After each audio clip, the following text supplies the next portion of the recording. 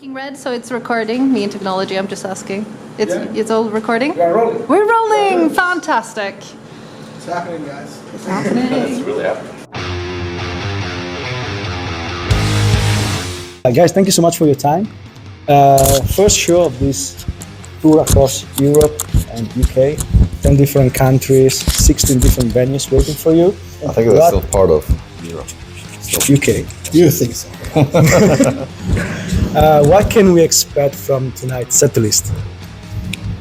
A little blend, old stuff, early stuff, something from in between, but the main focus will be songs from the newest album, Heimdal, and a little bit from Utgaard, the one before that, and some old classics. Yeah, it's going to be a good mix. And what can you tell me about the two bands supporting you on this tour? That's two fantastic bands. It's it's a dream lineup. We're all huge fans of Wayfarer and Svalbard. It's they're doing widely different things from what we're doing, and I guess that's why we like them. But we have that in our own music. The hardcore, furious, hardcore sound of Svalbard is sometimes present in our music. Wayfarer have their own particular take on their native sound. Okay. Right, they're an American band. They have the Americana sound, which I think is really exciting. Because of course,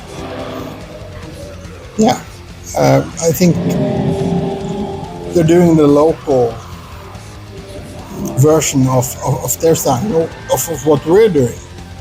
We have the Nordic one, that's where we are. They're Americans and they're exploring the American sound. So it's a good mix. Yes. I think it's exciting to be in the audience today. So the deluxe version of Heimdal is out. I wanted to ask you about my favorite song of this album, which is Kingdom. The process of making that song, and more in general, what do you think was the biggest challenge in making this record? You talk about Kingdom, that was a crazy one. When I got the riff in my head and I started to record a demo, I was just sitting around in my home studio and headbanging for a lot of hours. It was just, the riff was just so awesome. That's what happened to me when the first time I heard it. Yes.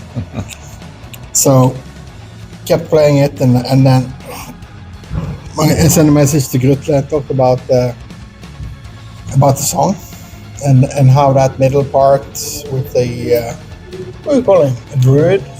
Kind of like a gothi in Icelandic. It was just kind of similar to a druid. And how that perfectly fit into that part and everything. And I have to be honest and say that I wasn't sure that it would be a good live song because there's so much going on, it's so intense. And then we tried it out in the rehearsal room.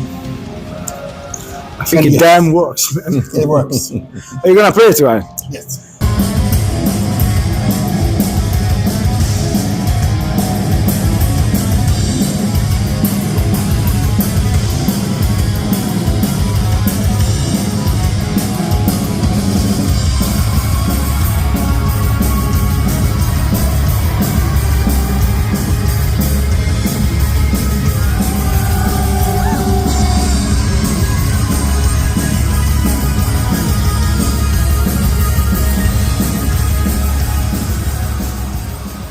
So last time I've seen you was at Damnation Festival in November, and I had a good chat with the guys of Chemist there.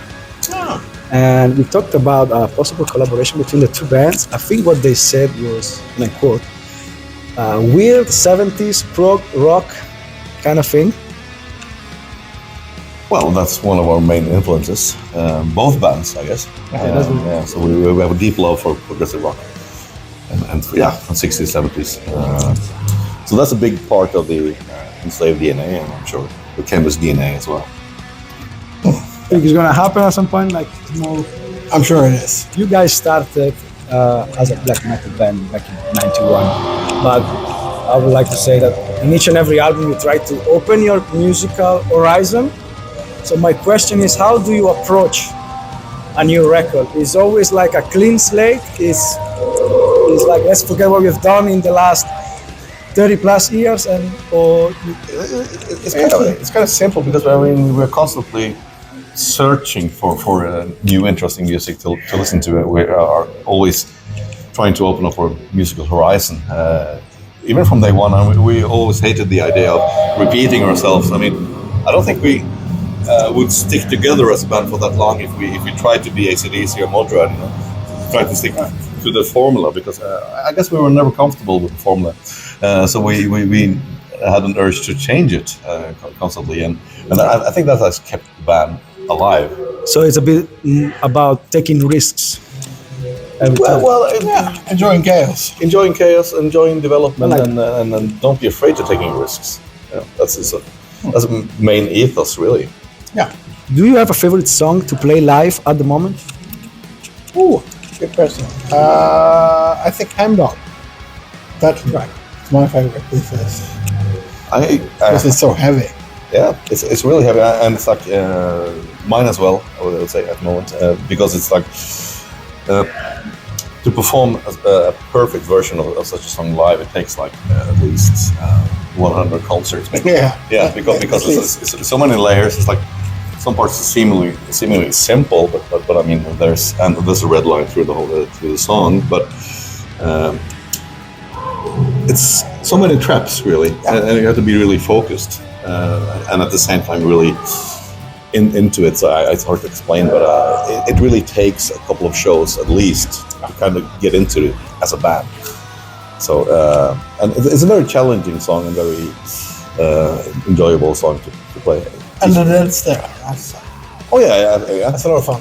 That's a lot of fun, and it's an old classic. Yes. Favorite no-metal bands? Pink Floyd. I think my music collection is like Led Zeppelin. 88% non-metal, so it's kind of hard to pick. Yeah. It can differ from Deep Purple one day and to Al Stewart the next day. Deep Purple is kind of metal. It's classical. It's hard It rock. can be counted as metal. Yeah, but the favorite record, Favorite non-metal bands? non-metal band, non-metal, so not metal at all. There's some metal in everything, you know. Yeah. In a way, it's all about energy. It's not about involuntarily metal. Involuntarily becoming metal. Yeah. But of course, Rush will be one of those bands. Yeah. I think it could be Pink Floyd tomorrow. Right now, It changes. It does change. Yeah, it does. What's your secret for keeping Enslaved together for more than 3 decades? And also, there's something that you miss in particular about those early days, early years of the band? I think it's what we've been talking about, the love for music, discussing bands, favorite albums, so on. When me and Grutle started to be friends, I was really young. He gave me albums, LPs, the gifts for Christmas, like listen to this. I got an Autopsy album for Christmas. I listened to that. This kind of sharing the love for music, I think is what is driving us now. It's always been driving us. I mean, the urge to make something out of the ordinary, to make something, to make the next step. Yeah. To dare to be original, dare taking risks, as you mentioned earlier. It's been crucial. It still is. I mean, we like to open new doors. At least we like to try to open new doors. Fall on them. fall into the room.